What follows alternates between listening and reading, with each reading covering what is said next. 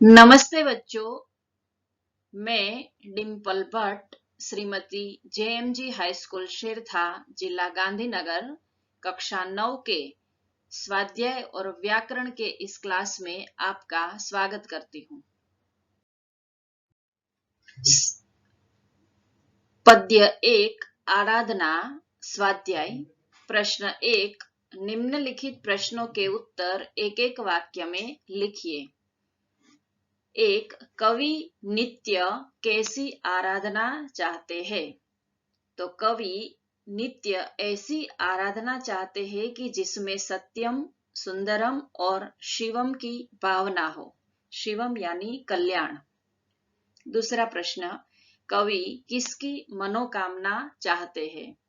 तो कवि दुखी लोग दुखों से मुक्त हो जाए, उनका दुख दूर हो जाए, ऐसी मनोकामना चाहते हैं।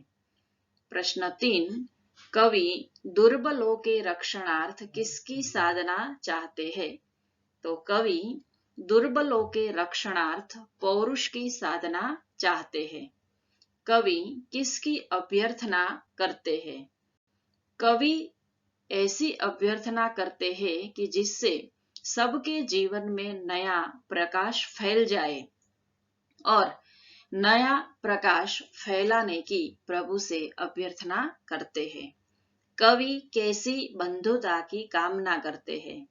तो कवि ऐसी बंधुता की कामना करते हैं जिसमें सब मुक्त होकर यानी स्वतंत्र होकर भाईचारे की भावना से जुड़ जाए।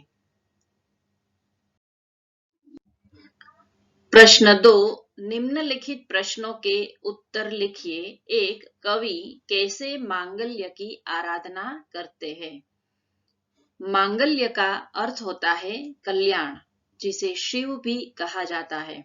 तो कवि यहाँ पर सत्यम, शिवम और सुंदरम की आराधना की बात करते हैं। कवि चाहते हैं कि सब लोग सत्य के मार्ग पर चले, सत्य का आचरण करें, सबके मन में सुंदर विचार आए, बुरा विचार न आए, और सब एक दूसरे के कल्याण की ही बात सोचे। यह कवि कामना करते हैं और मांगल्य की आराधना करते हैं। प्रश्न 2, कवि के अनुसार किसके दुख दूर होने चाहिए? तो हमारे जीवन में आसपास हम कई दुखी लोगों को देखते हैं। उनके दुखों को छुटकारा दिलाने के लिए हमारे पास कोई रास्ता नहीं है। उनके दुखों को कोई सहानुभूति नहीं मिलती है। वे स्वयं अपने दुख से मुक्त नहीं हो सकते हैं, क्योंकि उनके पास इतनी शक्ति नहीं है। तो उनके दुखों को दूर करने के लिए स्वयं अपने दुखों से वह मुक्त नहीं होते, तो हमें उनकी मदद करनी चाहिए। और ऐसे उपेक्षित और असहाय लोग जो समाज में है, उनके दुख दूर करने की भगवान से हमें शक्ति मांगनी चाहिए। प्रश्न 3, कवि की क्या अभ्यर्थना है? अभ्यर्थना यानी प्रार्थना। कवि चाहते हैं कि मनुष्य के जीवन में नया प्रकाश आए, नई चेतना आए, नई चेतना का उनमें संचार हो, उनके हृदय में सुंदर और नए विचार हो। सभी मनुष्यों की सभी जो आशाएं हैं, इच्छाएं हैं, वह पूर्ण हो जाए। वह मनुष्यता की, इंसानियत की और मानवता की पूजा करे, और सब लोग के अंदर धैर्य बना रहे, वो वीर बना रहे, ऐसी कवि अभ्यर्थना करते हैं। चौथा प्रश्न, कवि भेदों को नाश करने की बात क्यों करते हैं? क्योंकि संसार में अनेक भेद है, उसमें ऊंच नीच के भेद है, अमीर गरीब के भेद है, जाति पाति के भेद है, गोरे काले के भेद है। इन्हीं भेदों से दुनिया भरी हुई है, और इन भेदभावों के कारण मानव समाज में ईर्ष्या, द्वेष, संघर्ष आदि दिखाई पड़ते हैं, और इनके कारण मानव की एकता जो है वह मिट रही है।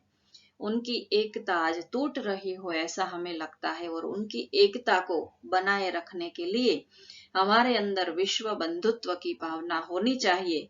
जब हम विश्व बंधुत्व की भावना को रखेंगे, तो इन भेदभावों को दूर कर सकेंगे, और इन भेदों का नाश करने के लिए वसुधैव कुटुंबकम की ही हमारे मन में भावना होनी चाहिए, ऐसा कवि कहते हैं।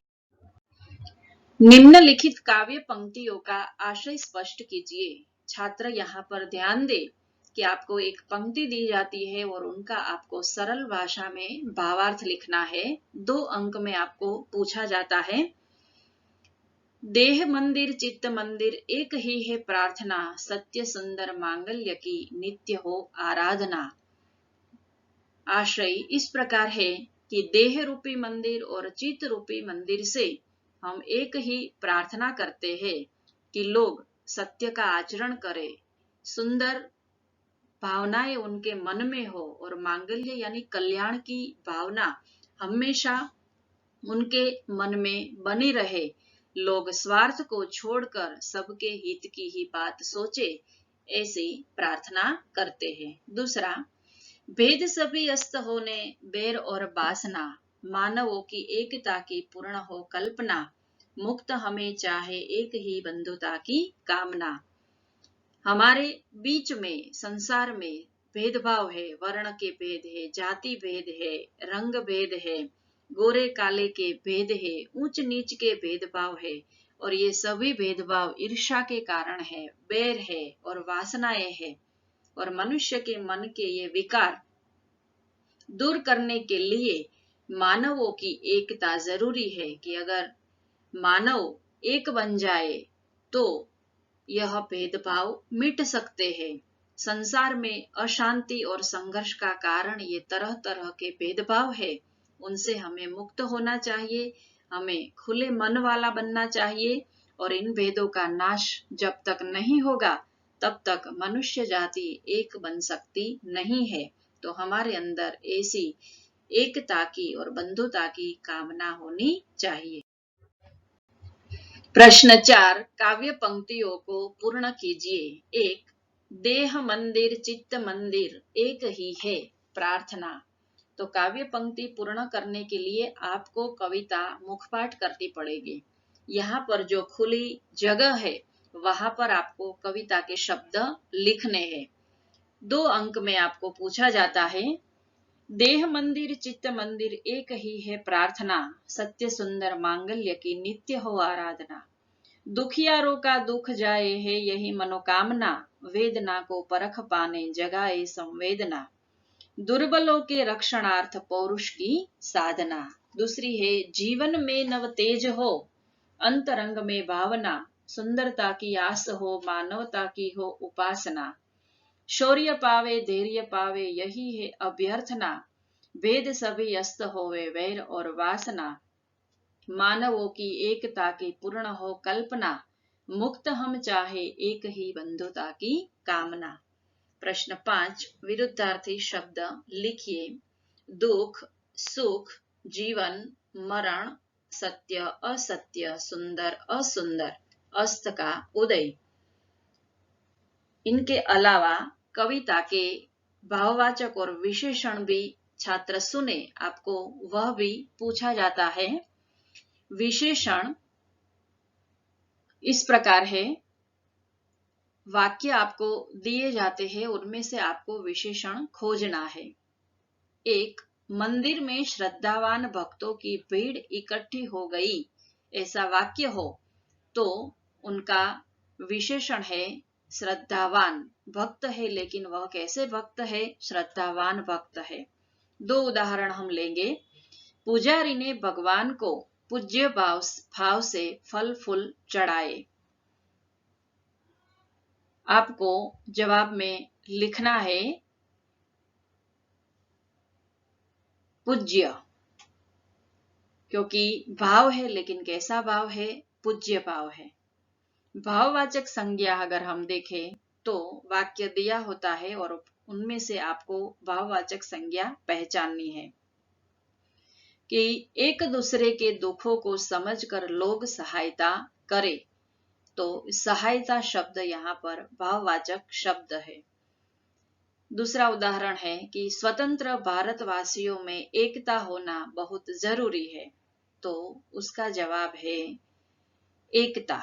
तो इस प्रकार आपको पर्यायवाची शब्द, विरुद्धार्थी शब्द, विशेषण और भाववाचक पूछे जाते हैं। कर्तुवाचक संज्ञा अगर हम देखें तो एक उदाहरण लें कि कवि सत्य, शिव और सुंदर के आराधक है, तो उसमें कर्तुवाचक शब्द है आराधक, यानी आराधना करने वाला। जो क्रिया करता है वह कर्तुवाचक संज्ञा होता है।